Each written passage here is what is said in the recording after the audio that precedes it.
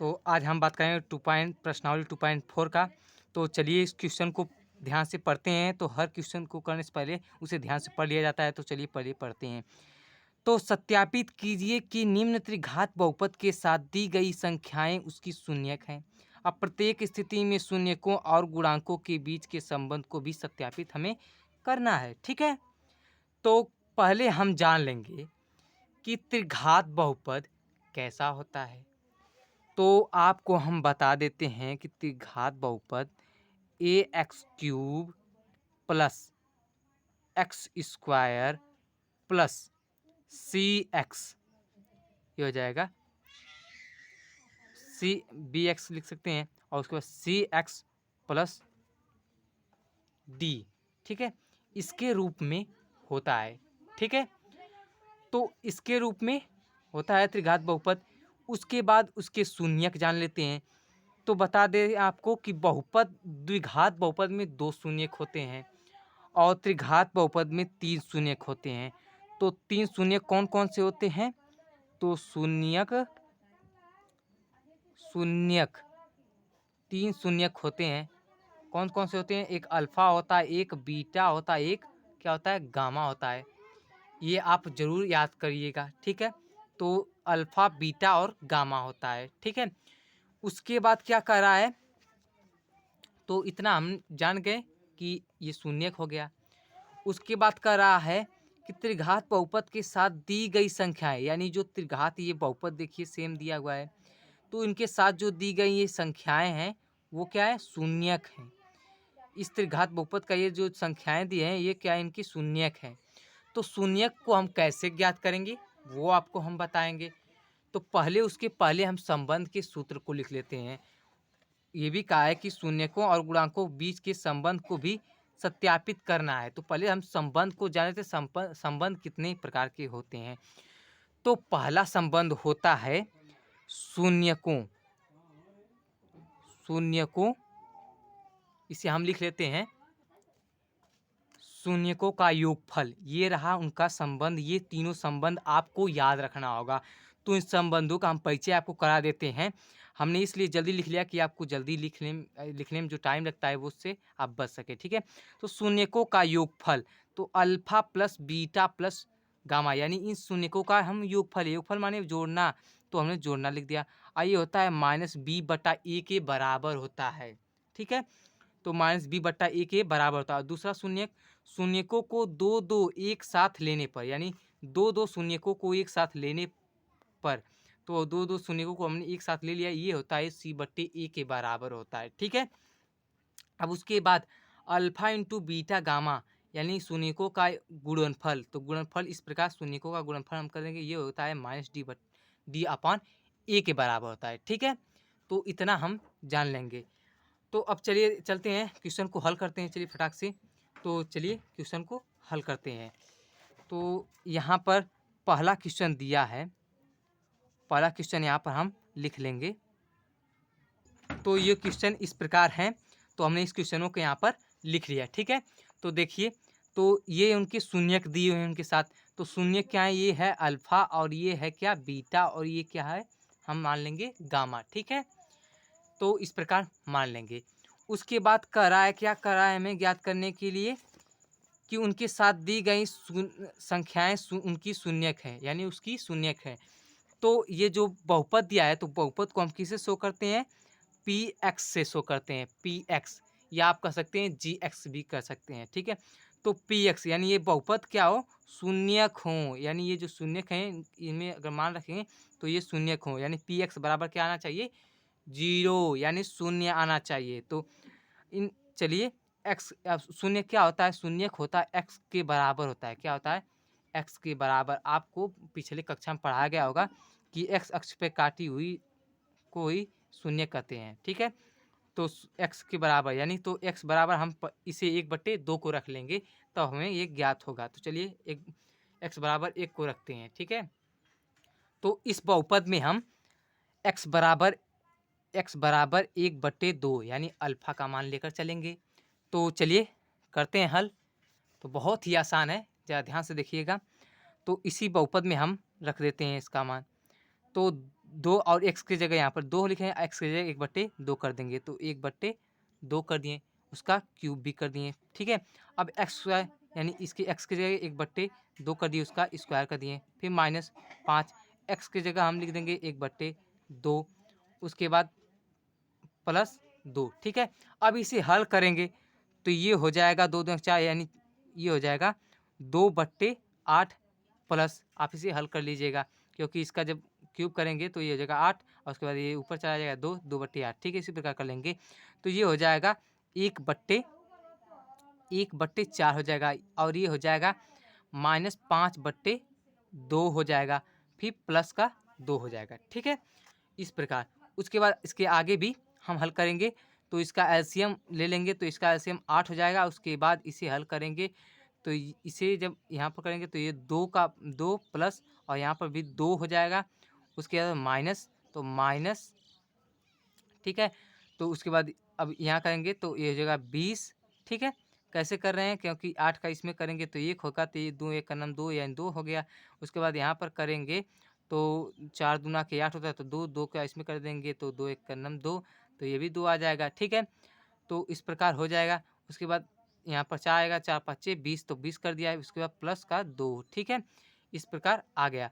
उसके बाद बराबर, अब प्लस का 2 और इसे हम आपस में, सॉरी यहाँ पर 2 8 यानी 8 दूना के 16, यहाँ पर 16 आएगा।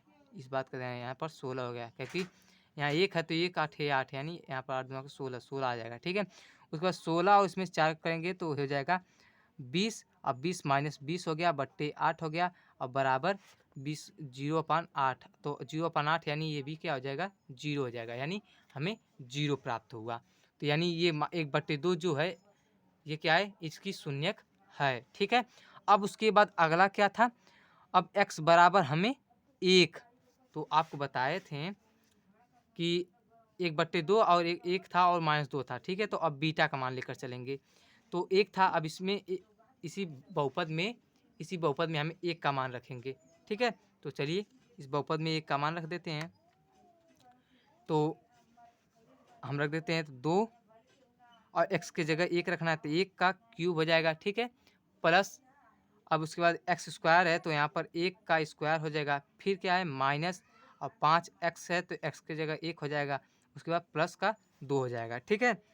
अब उसके बाद क्या करेंगे, इसे हल करेंगे तो ये हो जाएगा 2, ये हो जाएगा 2, उसके बाद प्लस, अब ये भी हो जाए 1, उसके बाद माइनस का 5 यानी माइनस का 5 हो जाएगा, उसके बाद प्लस का 2 हो जाएगा, प्लस का 2, तो प्लस प्लस इसमें प्लस कर देंगे तो हो जाएगा, और प्लस प्लस का 2 2 दूना 4 और 4 1 5 यानी 5 हो जाएगा, 5 माइनस 5 हो जाएगा तो बराबर हो जाएगा 0, ठीक है। यानी एक भी क्या है 0 के बराबर आ रहा है, तो यानी कि ये भी क्या है, एक भी शून्यक है, ठीक है। उसके बाद अब अगला है x बराबर -2 को रखेंगे, -2 को रखेंगे, चलिए रखते हैं तो उसी में तो 2 एक्स की जगह हम रख लेंगे -2, तो -2 का क्यूब हो जाएगा, उसके बाद प्लस, अब यहाँ पर -2 का स्क्वायर हो जाएगा, फिर -5 और यहाँ पर हो जाएगा -2 का -2 हो जाएगा, प्लस 2 हो जाएगा, ठीक है।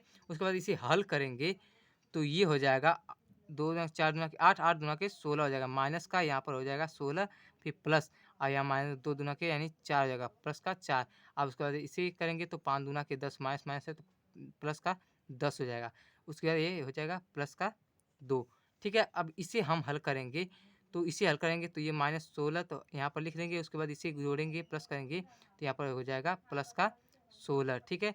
तो माइनस का 16 प्लस का 16 बराबर हो गया 0, यानी x बराबर -2 भी क्या है, शून्यक है, यानी इसके साथ जो दी गई संख्याएं हैं क्या है, शून्यक हैं, ठीक है।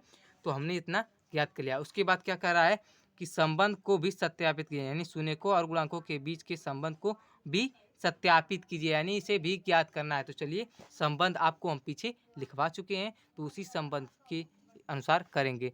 तो पहला संबंध क्या था, शून्यकों का योगफल था, क्या था, शून्यकों का योगफल, तो पहले उसे लिख लेते हैं।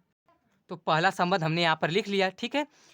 तो चलिए इसी संबंध पे हम इसी का मान रख देंगे, ठीक है। तो अल्फा बीटा और गामा का मान हम आपको बता चुके हैं, तो 1/2 था, उसके बाद 1 था -2 था, तो ये था अल्फा का, ये था बीटा का और ये था गामा का, ठीक है। तो अब इसी पे इसका मान रख देंगे और ये माइनस बी बट्टे ए यानी माइनस बी क्या है, एक्स क्यूब, ये क्या है, एक्स स्क्वायर का मान है, ठीक है, एक्स स्क्वायर का। तो एक्स स्क्वायर का शून्यांक है तो यहाँ पर लिख लेंगे एक्स स्क्वायर का शून्यांक, क्या शून्यांक, ठीक है, शून्यांक यहाँ पर लिख लेंगे बट्टे, और ये क्या है, एक्स क्यूब का शून्यांक है, ठीक है, एक्स क्यूब का शून्यांक लिख लेंगे, ठीक है। तो अब चलिए इस पे मान रख देते हैं, तो अल्फा की जगह 1/, हमने 2 कर दिया।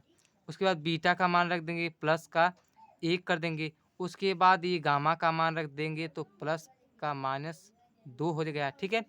उसके बाद बराबर क्या है, माइनस बी, तो माइनस बी यानी ये एक्स स्क्वायर का शून्यक है। तो यहाँ पर देखिए एक्स स्क्वायर का शून्यक क्या है, 1 है, क्या है, 1 है।